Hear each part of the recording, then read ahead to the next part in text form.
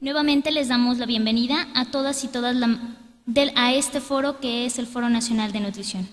Hagamos de esta mañana una jornada de reflexión y trabajo constructivo. Iniciamos con participaciones del eje de nutrición y salud.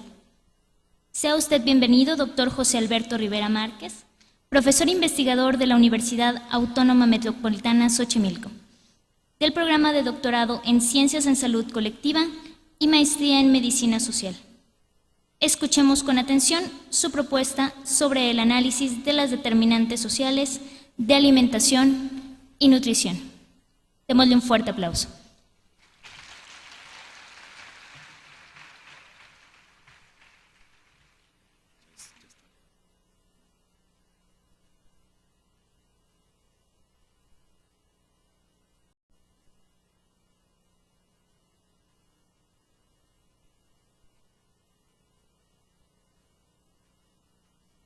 Buenos días, muchas gracias a todas, a todos por estar aquí en este evento tan importante para la vida académica y para la vida nacional incluso.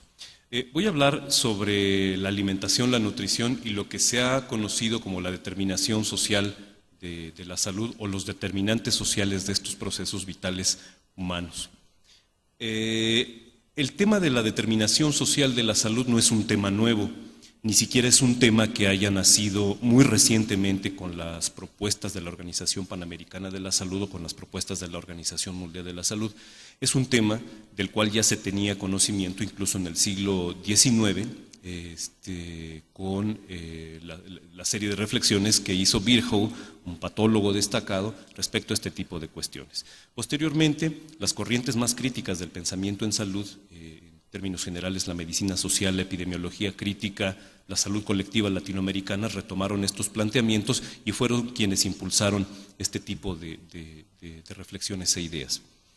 Ha existido, digamos, una separación histórica tradicionalmente entre el estudio de la alimentación y de la nutrición, como si se trataran de dos fenómenos distintos, como si se trataran de dos dimensiones disociadas, pero que es necesario reconocerlas como parte del mismo proceso vital humano. En términos de las intervenciones, históricamente de las intervenciones en materia de alimentación, nutrición y salud, generalmente se han diseñado, se han operado y se han evaluado disociadas uno del otro ámbito. Comúnmente, cuando se evalúa, cuando se estudia la salud, la enfermedad, la nutrición, se hace medicalizando a la salud. Es decir, hay, digamos, una priorización de lo clínico, de lo individual, se desconoce, digamos, el carácter histórico de los procesos naturales y se actúa como si los procesos naturales y los procesos biológicos fueran ahistóricos, es decir, que no tienen una determinación social. En estas mismas tradiciones de la ciencia se montan sobre la lógica de la causa y efecto, sobre el enfoque de riesgo como la única posibilidad de poder actuar en consecuencia y resolver los problemas.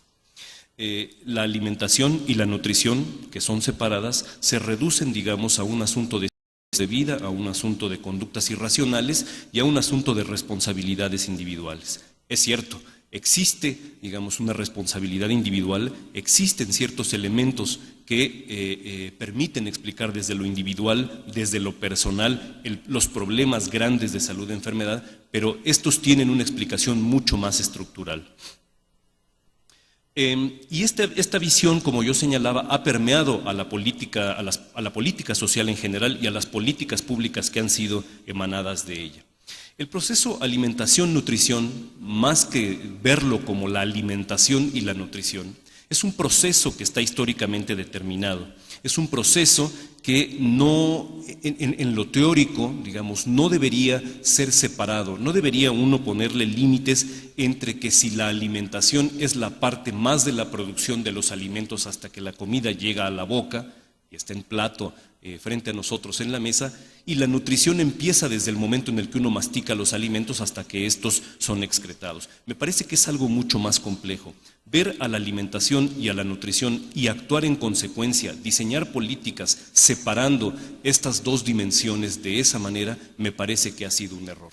Eso no significa, desde luego, que no se pueda, como recurso metodológico, hacer una separación de estas dos dimensiones. Sin embargo, creo que uno de los problemas más importantes que han tenido las políticas públicas a la fecha es precisamente la falta de integralidad, pese a que en el discurso se señala continuamente la necesidad de crear políticas de manera completa, de manera íntegra. La determinación social de la alimentación y de la nutrición, o de la alimentación, nutrición, así como de la salud, es en esencia partir de que la sociedad es algo complejo, partir de que los procesos biológicos y los procesos individuales tienen una explicación fundamentalmente social, tienen una explicación fundamentalmente histórica. Tan es así que los seres humanos no nos hemos alimentado de la misma forma desde que la humanidad existe. Ha habido procesos desde los cuales la alimentación se buscaba, se distribuía de manera socialmente homogénea, hasta la actualidad, he dado un gran salto por supuesto en la historia, hasta la actualidad, que son momentos en los cuales la alimentación y la nutrición tienen un significado económico. Para comer hay que comprar. Para comer hay que estar insertados en un mercado que vende mercancías, en un mercado que vende la mercancía alimento, y precisamente eso hace una marcada diferenciación social entre unos y otros grupos. El negocio de la comida es un negocio altamente rentable. Hay un control minoritario de este negocio, y mucho de ello tiene que ver con el poder que tiene la industria alimentaria, la industria de bebidas, la mercadotecnia alrededor de ello. Este negocio de la comida profundiza la desigualdad social. Hoy, disponibilidad no es lo mismo que acceso. Para acceder a la alimentación se necesita tener poder económico. ¿Cómo se puede tener poder económico si precisamente una de las cosas que ha padecido México en los últimos años, pese al gran discurso ese que ensalza, que pone, que privilegia el empleo, es prácticamente nulo? En ese sentido, las desigualdades alimentarias se exacerban precisamente como producto de la maximización de la ganancia, de los beneficios mercantiles que implican el alimento. La manipulación comercial de los alimentos es uno de los elementos más importantes que explican esas desigualdades, no solo la pobreza, sino en términos generales las desigualdades. Las políticas que no voltean la mirada o que no apuntan la mirada a este tipo de cuestiones, me parece que son políticas que están destinadas a un fracaso relativamente claro, o por lo menos a éxitos muy marginales.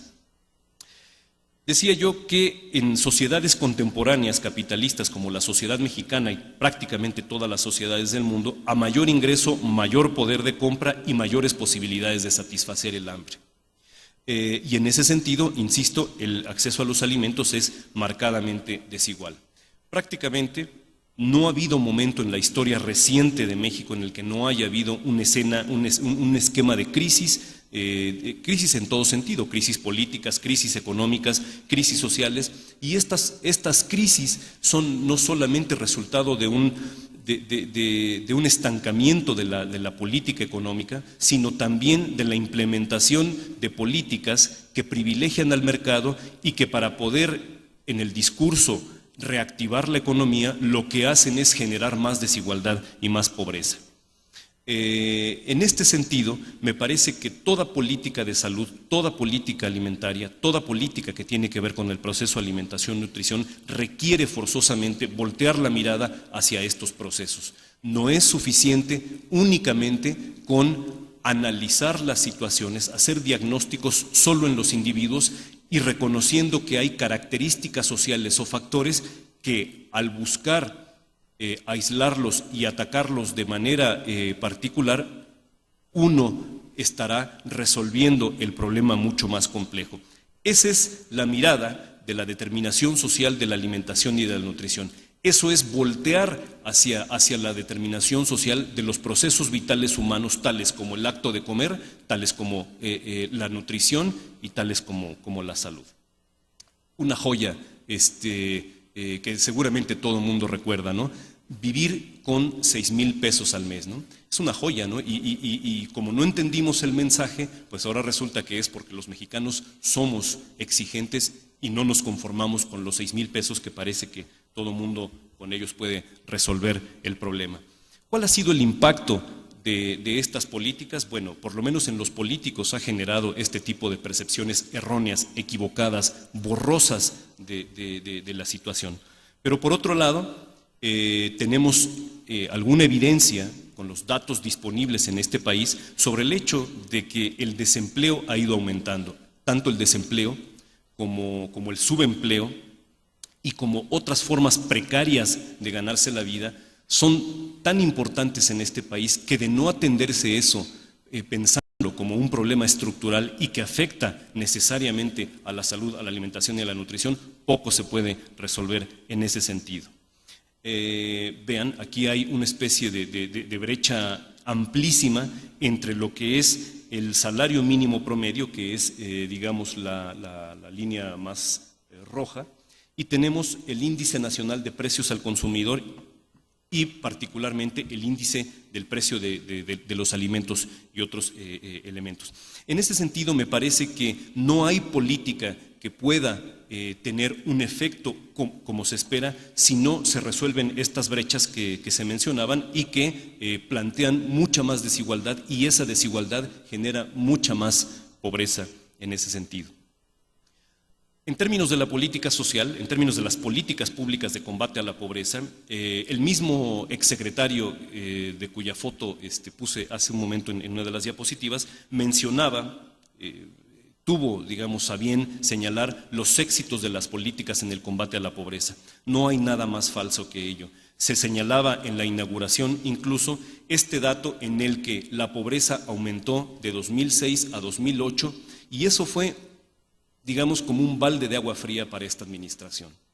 Me parece que en el momento en el que uno pierde esa perspectiva, en el momento en el que los tomadores de decisiones están en otro nivel de la realidad y no se acercan a mirar los problemas estructurales y con estas distorsiones de la realidad buscan resolver los problemas de manera puntual, probablemente se resuelvan algunas cosas de manera inmediata, pero los problemas a más largo plazo, los problemas estructurales tienen, digamos, una explicación mucho más allá en ese sentido. Quisiera pasar rápidamente al hecho de que efectivamente ha habido éxitos, digamos, importantes en materia de salud, enfermedad, en materia del combate a las enfermedades, en materia de la reducción de ciertos padecimientos y ciertos elementos importantes para la salud y para las condiciones de vida en general de los mexicanos. Sin embargo, sigue siendo un hecho el que la desnutrición está afectando a la población.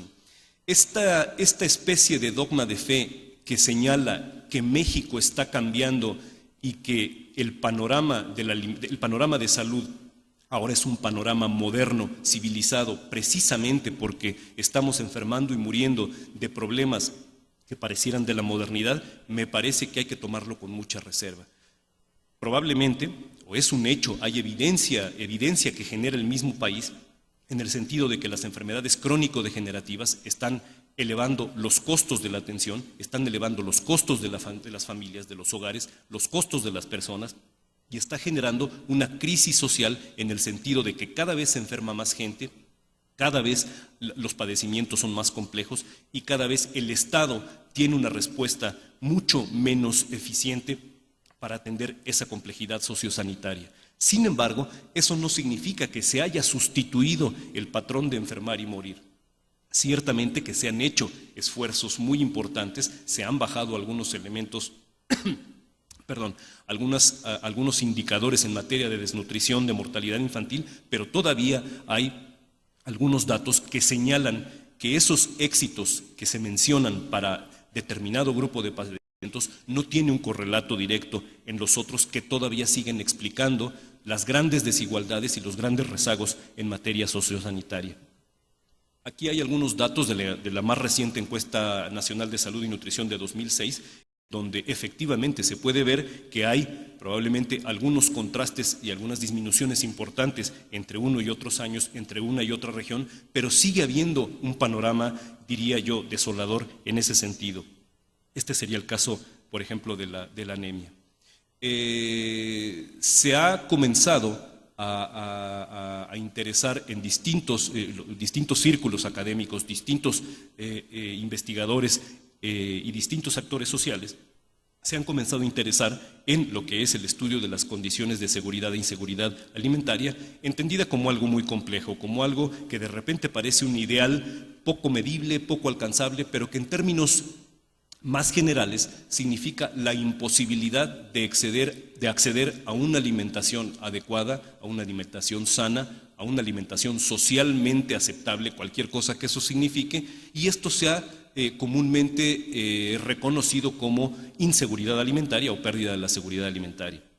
En 2008, algunos indicadores de esa inseguridad alimentaria eran clarísimos. Una muy buena parte de la población, particularmente en áreas rurales, tenía problemas de seguridad alimentaria más o menos importantes. Quisiera referirme muy rápido y sobre todo a este primer indicador, nada más para dejarlo como para la mesa de discusión, a este indicador que es tener, de acuerdo con las experiencias de hambre y las experiencias de las percepciones de la población, tener una alimentación basada en muy poca variedad de alimentos. Todo mundo sabemos por acá, o al menos lo intuimos, que una dieta variada es condición necesaria para tener una alimentación adecuada. Algunos estudios han demostrado que la variedad de los alimentos ha ido aumentando al paso del tiempo y eso podría estar asociado a mejores niveles de bienestar. Sin embargo, para ciertos sectores de la población, esa variedad solamente se restringe a ciertos grupos de alimentos. Por ejemplo, las grasas saturadas, por ejemplo, los carbohidratos o los azúcares muy refinados. Una situación similar ocurre también con población menor de 18 años. En la literatura especializada sobre seguridad e inseguridad alimentaria se dice que, por ejemplo, aquellos hogares que reportan inseguridad alimentaria en menores de 5 años o en los niños en términos generales, es decir, niños y niñas que se van a la cama sin comer y sin cenar, está hablando de condiciones gravísimas. No digo que este sea el caso, esto agrupa a un estrato mucho más amplio de edad, pero da una muy buena idea del porcentaje de hogares en las zonas urbanas y en las zonas rurales que todavía tienen problemas de seguridad e inseguridad, de falta de seguridad o inseguridad alimentaria. En términos generales, de lo que se conoce como, o un indicador de lo que se conoce como pobreza por carencia de acceso a la alimentación, que ha sustituido a lo que sería la pobreza alimentaria que antes se manejaba. En este sentido, decía, sigue habiendo problemas de desnutrición, sigue habiendo problemas de talla baja y los esfuerzos están ahí. Pero me parece que todavía hay ciertos rezagos y a veces esos rezagos se explican precisamente porque no hay, digamos, no se voltea la mirada hacia esos determinantes estructurales de la salud y de la enfermedad y de las condiciones de vida en general. Se quiere resolver un problema estructural como sería el de la baja talla a través de ciertas medidas puntuales que con toda seguridad tienen un efecto positivo y tienen externalidades positivas en otros sectores, pero que siguen estando allí y se agudizan en algunos sectores y hay desigualdades más o menos importantes precisamente porque no se voltea la mirada hacia esos otros elementos que mencionaba al inicio de esta conversación. El otro problema que es gravísimo, que todo mundo ya tenemos alguna idea y que se habló de ello de manera muy puntual en el inicio de este foro, es el problema del sobrepeso y de la obesidad. De acuerdo con el exsecretario de Salud, el doctor Córdoba, señalaba en un artículo que de 1980 a la fecha las prevalencias de sobrepeso y obesidad se han triplicado. Hoy aproximadamente 70% de la población en México, 7 de cada 10 mexicanos, tiene al menos sobrepeso, lo cual es muy grave. Pero mucho más grave aún me parece es que en los niños, en aquellos que están formándose, en aquellos que no sabemos a ciencia cierta qué futuro puedan tener como resultado de este tipo de cifras, el panorama es muy grave. 1 de cada 4 niños en edad escolar y 1 de cada 3 adolescentes tiene un problema de sobrepeso y obesidad. Esto necesariamente tiene repercusiones a lo largo de la vida. Por eso es tan importante actuar en consecuencia. No nos debemos quedar con la idea de que solamente debemos atender a los grupos de menor edad para ver qué va a ser de ellos en el futuro. Se tiene que actuar porque son seres humanos. Se tiene que actuar no solamente para el futuro, para el presente incluso. Este gran problema de la obesidad y el sobrepeso no necesariamente se explica por un asunto de toma de decisiones individuales o de conductas irracionales. Hay un problema efectivamente de consumo de alimentos y bebidas de alta densidad energética y bajo valor nutricional, mejor conocidas como comida chatarra, y en ese sentido, como lo dicta, digamos, el paradigma de la transición nutricional, como lo ha sugerido los estudiosos del paradigma de la transición nutricional, por bajos niveles de actividad física. Este tipo de cuestiones tiene sobre todo mayor presencia, mayor riesgo en aquellos hogares que son muy pobres y en aquellos hogares en donde además se reporta inseguridad alimentaria. Tradicionalmente se asociaba la desnutrición, o en el pasado se asociaba la desnutrición a condiciones de precariedad y la obesidad se asociaba a condiciones de riqueza, a la abundancia. En la actualidad, los hogares más pobres tienen mayor riesgo no solo de desnutrición, pero también de obesidad y de sobrepeso. Bueno, precisamente para una forma de enfrentar este problema, el gobierno federal en el 2010 lanza el Acuerdo Nacional para la Salud Alimentaria, el cual contempla una serie de puntos, de lineamientos y de normas técnicas muy rigurosas. Es necesario señalar que es muy importante que este acuerdo exista. Antiguamente había poco en materia de salud pública para el combate al sobrepeso y a la obesidad. En las antiguas encuestas de salud y nutrición, lo que existía eran llamadas de atención, quizá algunas alertas a la probabilidad de que el problema del sobrepeso y de la obesidad explotara. A mí me parece que este problema rebasó a las autoridades y en ese sentido creo que ahora el problema es muy complejo. Muchas gracias. Bueno, me quedan 5 minutos. Voy a tratar de ir un poco más rápido. Sin embargo, creo que si bien el acuerdo en sí mismo es un paso importante para el combate y el sobrepeso, me parece que el gobierno federal, me parece que los académicos, me parece que ciertos sectores de la sociedad deberíamos hacer una revisión crítica de las acciones porque el éxito ha sido relativamente marginal. Es necesario también voltear hacia el tratamiento de la población que ya tiene ese padecimiento. No basta solamente con mencionar que no hay dinero que alcance. Me parece que había que tener ciertas prioridades en la atención a esto y garantizar ciertas condiciones para que entonces sí la población tuviera posibilidades de prevenir, posibilidades de prever estos escenarios en mejores condiciones.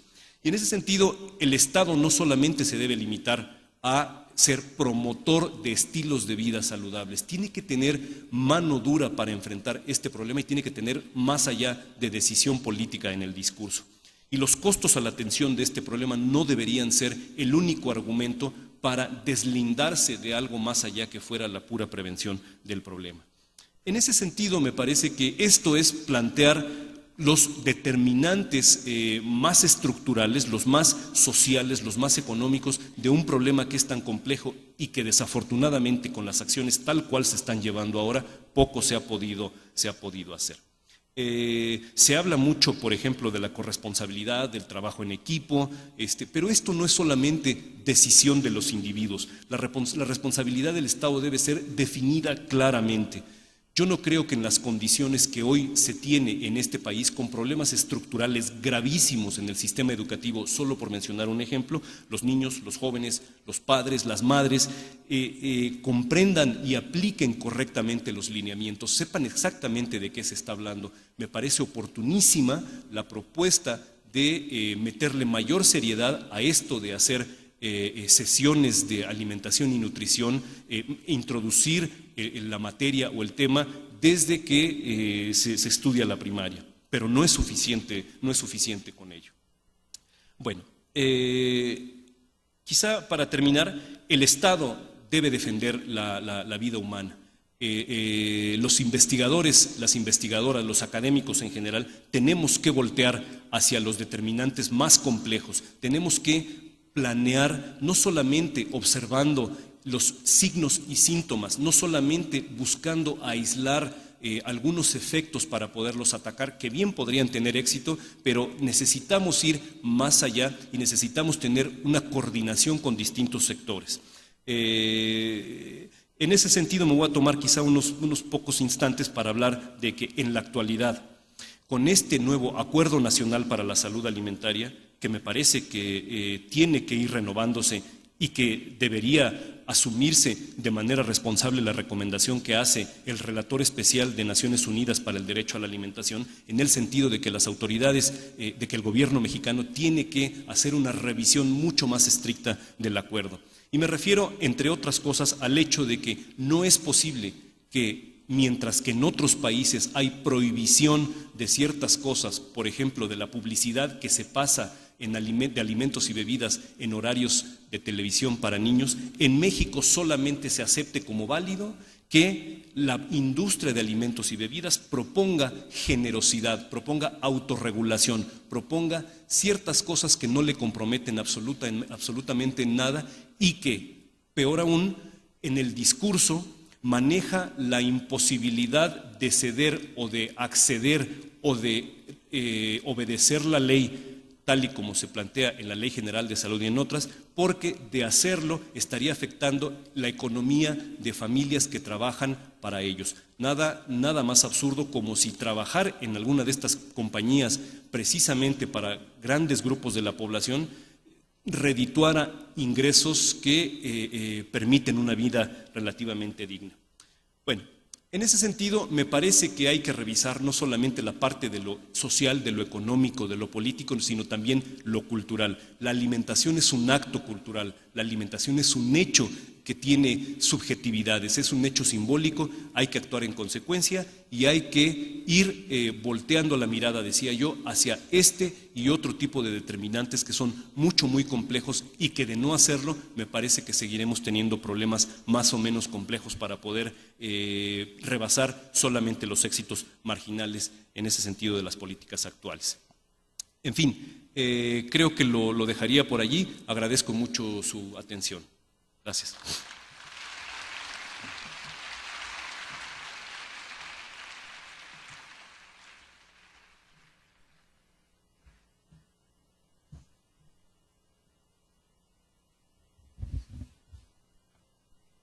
Doctor, le hago entrega a nombre de todos los organizadores del foro de un pequeño regalo y su reconocimiento. Un fuerte aplauso, por favor.